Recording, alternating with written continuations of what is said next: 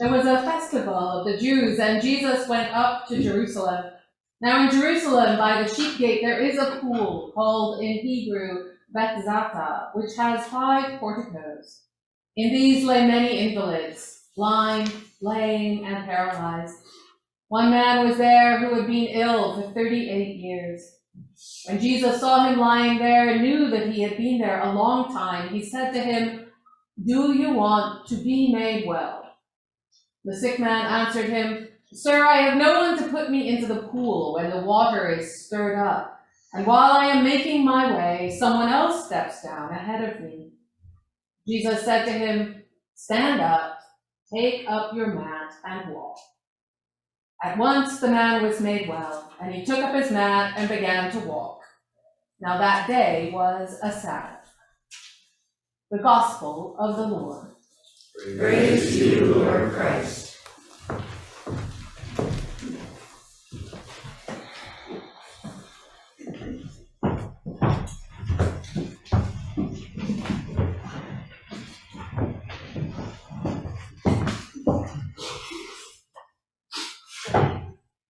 Geography matters.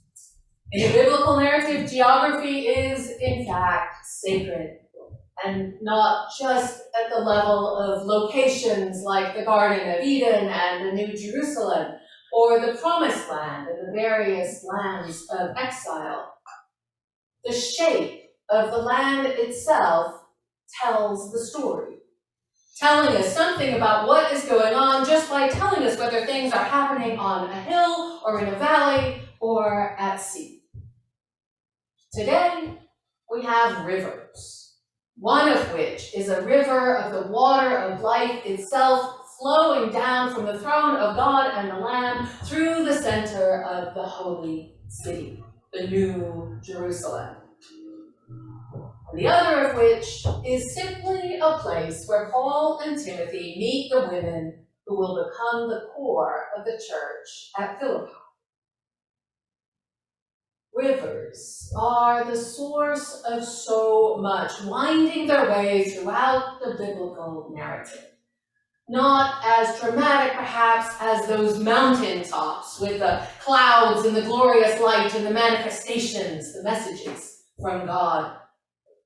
Not quite as gut level as the deserts, the wildernesses through which the people of God wander, seeking meaning and purpose, seeking shelter and a sense of connection, and finding it somewhat paradoxically in the realization that our only true home is an utter dependence on God. The mountains and the deserts are the great landmarks of spiritual geography. But between them, there are the rivers. Rivers, which are the source of life. In the prophets, their presence is the sign of God's favor and desire for us to thrive, and their predicted absence, those rivers that run dry, is the threat of punishment. It is a warning of hard times to come. This surely is why the central element in the New Jerusalem is not a temple, but that life-giving river. With the bountiful, clean water, crops grow, herds are healthy, and all living creatures can flourish. Every river in the Bible contains this promise of sustenance. For us, rivers are very much about motion, right? A river signifies the ability to transport yourself or perhaps your goods from one place to another. This is less true in the biblical narrative, where we don't hear much about people traveling on rivers. Still, the infant Moses was saved by his mother when she placed him in a basket in the river, sending him from certain death in their midst to a whole new life in the household of Pharaoh's daughter. This is a foundational story, which means that every river in the Bible contains this promise of rescue. Still, in the Bible, rivers are far more frequently signs of a boundary. The people of Israel might not sail on rivers, but they do cross them, often in ways that are powerfully significant. In the story of Jacob at the Jabbok, we see him stop before fording this stream. And he does so because he knows that once he crosses, he is going to have to face his brother Esau, an answer for the fact that he used trickery to steal Esau's birthright and their father's blessing. The momentousness of this crossing is underscored by that mysterious figure who confronts and wrestles with Jacob all night, after which Jacob limps across the river to find that Esau has already forgiven him, welcoming him with open arms. Every river in the Bible carries this story, reminding us that we sometimes need to confront our own past in order to move on in our lives.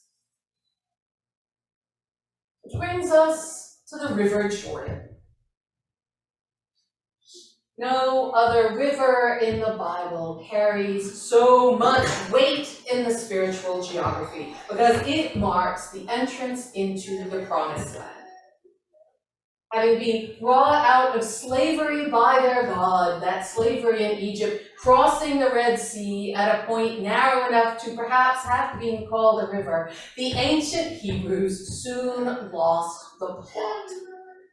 Afraid and unsure about what kind of life they had been liberated into, they began to worry and complain, remember, about the food and about the fact that they didn't have enough water, and clearly they were beginning to have very serious doubts about God's ability to lead and protect them.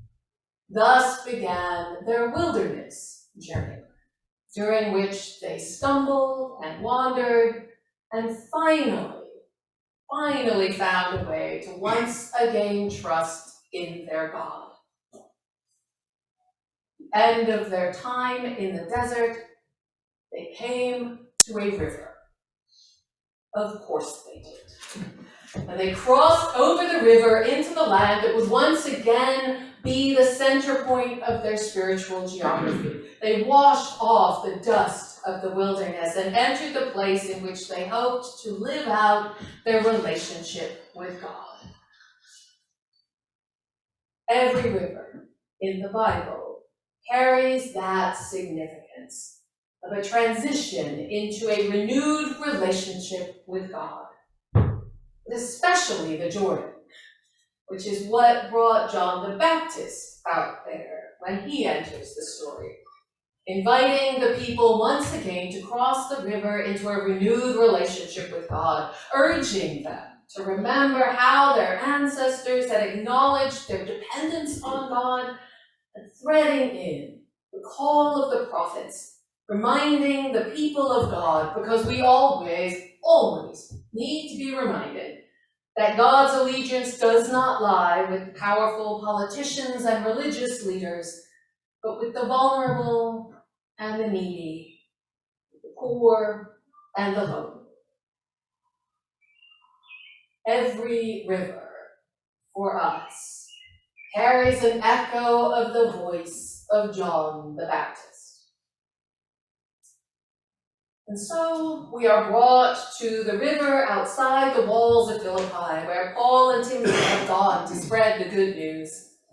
On the Sabbath day, Paul tells us, we went outside the gate by the river where we supposed there was a place of prayer, and we sat down and spoke to the women who had gathered there. And I don't know about you, but what I found interesting as I read this passage was how immediate my image of women by the river was. When I hear about Paul and Timothy encountering them there, I see them washing clothes. I see their industry and their labor, the companionship and community of women doing what women have done for millennia and still do all over this world.